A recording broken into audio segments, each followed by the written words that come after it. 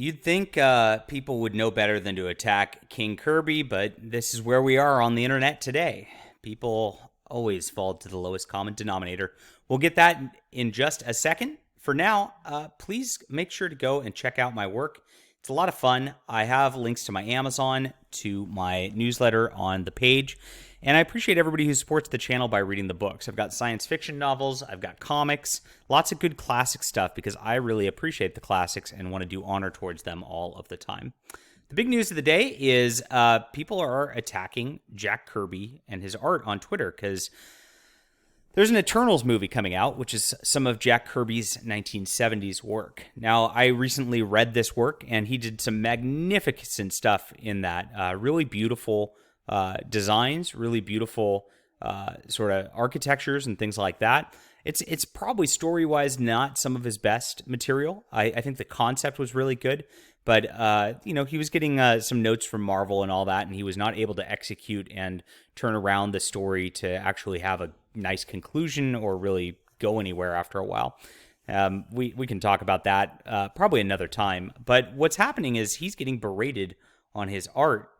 People calling it ugly. People saying it's nonsense because this movie's coming out and people are Googling this and seeing what it's all about because most people have frankly never heard of the Eternals outside of extreme comics fans.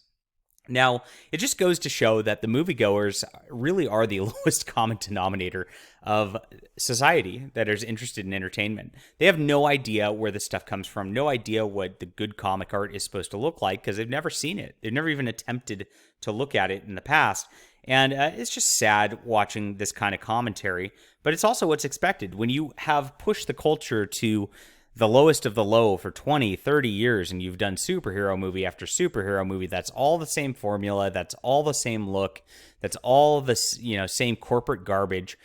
This is how people start to perceive what's good and what's bad. It is a tool, I believe, from corporate entertainment to be able to utilize their sort of lousy and lazy entertainment and be able to justify the fact that they are producing garbage that nobody really wants based on these old properties anymore.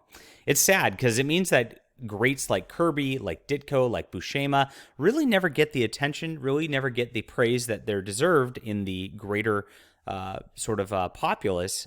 They just kind of get relegated to a few fans who are barely paying attention to things at this point. I don't know. I try to talk about these classics as much as I possibly can because I just think that, they need to be venerated. And also, I think that in order to change the culture and really get back to when things were great, if we really are looking towards that sort of thing, you have to acknowledge these past works. You have to really draw inspiration from these past works in order to get the best of the best here.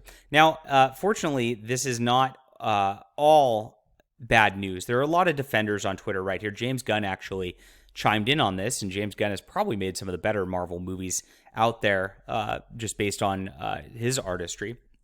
And he says Jack Kirby is trending because a bunch of people are defending his art from people who are supposedly said he sucked, even though it looks to me 12 minutes to scroll to find anyone said remotely that. But whatever, Kirby is trending is a win in any case. Well, I found it very quickly. So James Gunn must have not been looking at tweets very well. But, older people have that problem sometimes. It's good. I do hope that people check this trend, learn who Jack Kirby is. If you are kind of new to the comic scene and art, I wouldn't check out his Eternals first. I'd go find his Fantastic Four. That's probably his best work. In the Epic collections, you can get those or omnibus form.